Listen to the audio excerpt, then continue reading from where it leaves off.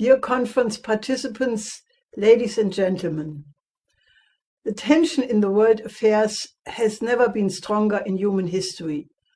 On the one side, a genocide happening in front of the eyes of the world public, and the terrifying threat of the possible extinction of mankind in a global nuclear war. And on the other side, the concrete perspective for the creation of a new economic system where the aspiration of the global South nations for development, prosperity, and a fulfilled life for all of its citizens is about to come true. This tension characterizes the end of the epoch of colonialism, which started about 500 years ago and is now about to end one way or another. As Russian Foreign Minister Lavrov recently said, the level of conflict on the occupied Palestinian territory and in the Lebanese-Israeli border region is unprecedented, destabilizing the entire Southwest Asia and North Africa. According to two American surgeons who just returned from Gaza, Dr. Mark Perlmutter and Dr. Feroce Sitwa, the level of suffering surpasses that of any other war zone they have ever worked in. The defiance of the powers that be to respect the rulings of the highest courts of this world is encouraging a war drive aimed to engage Iran and even the United States into the conflict, which would rapidly expand into a world war.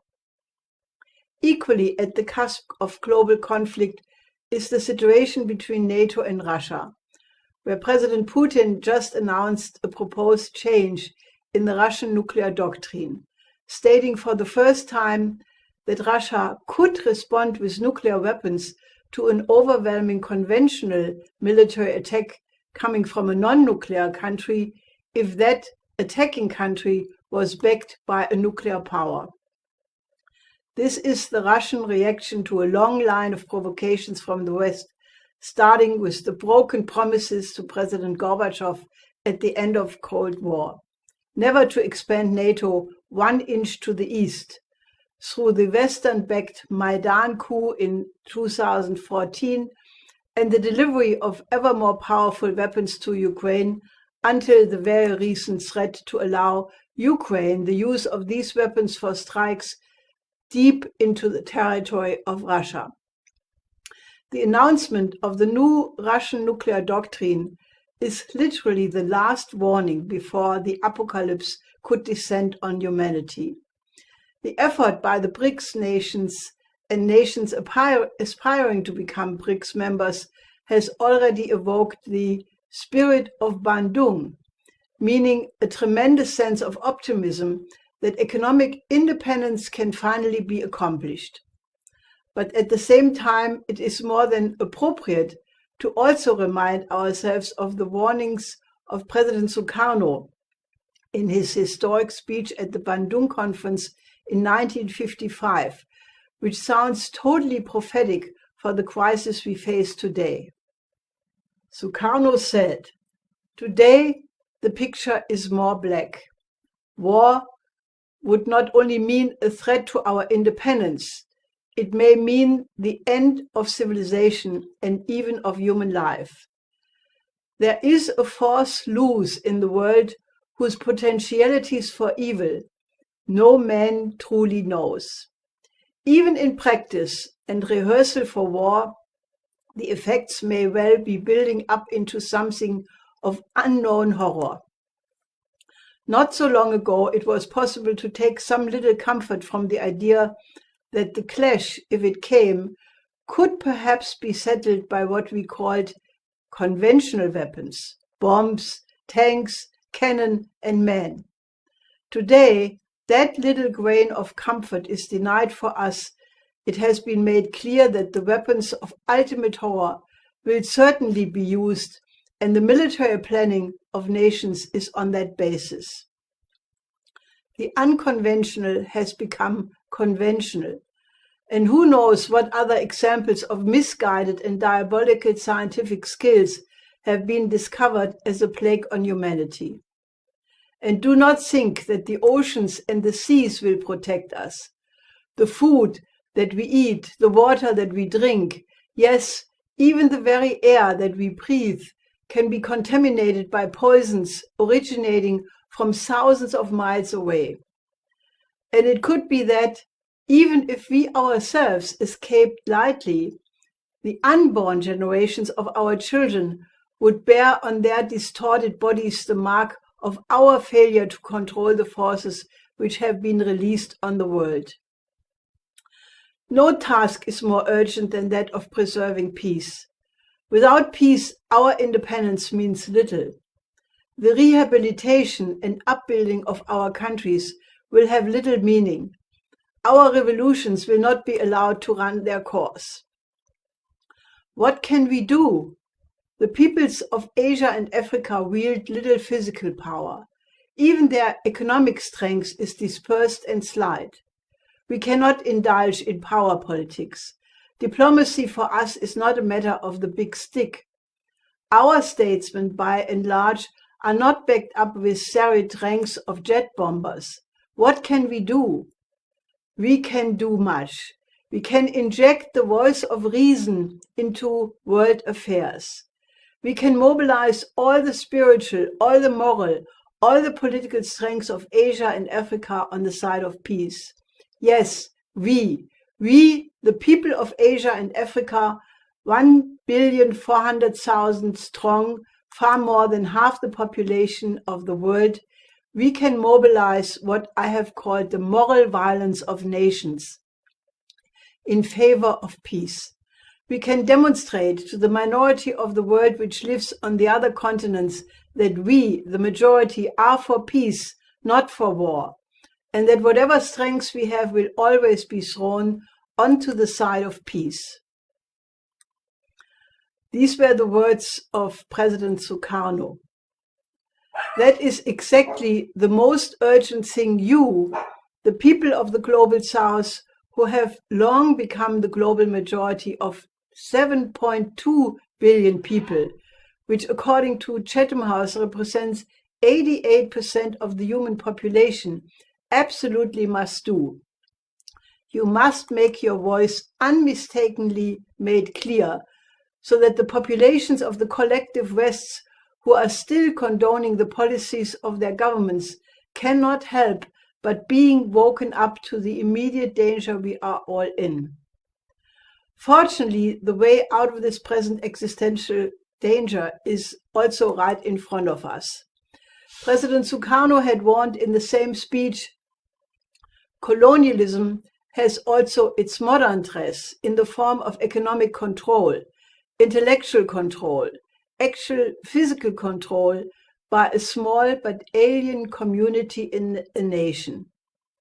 The Brics nations are working to make the new development bank headquartered in Shanghai the great development of the Global South, as President Lula da Silva of Brazil had put it. That bank has the potential to become the basis for a new credit system which eventually will be the coordination center for a system of national banks of all sovereign countries of the Global South, issuing vast long-term credit lines and low interest rates, which can finance the development of all countries of the developing sector into modern industrial and agricultural states. There is a major effort underway to shape the design of the new development bank according to the original first proposal to replace the IMF World Bank system with an international development bank, first proposed by the American economist and statesman Lyndon LaRouche in 1975. After meeting a significant number of leaders of the developing sector in Baghdad, he issued his document, How the International Development Bank Will Work, which subsequently was studied by all governments of the non-aligned movement and whose demands were expressed in the final communiqué in the summit in Colombo, Sri Lanka, in the following year.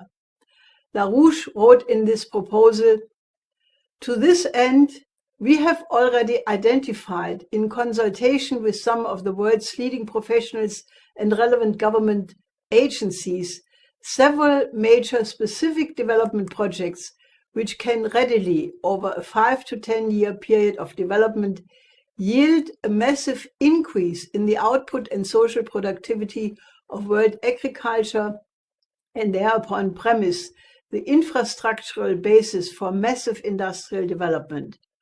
We have similarly determined the feasibility of controlled thermonuclear fusion reaction technology within the horizon of such development programs, such that no long-term energy crisis could exist except through massive incompetence by leading agencies. At that time, there was a major backlash against the leaders of the non-aligned movement, several of whom were destabilized and driven out of office.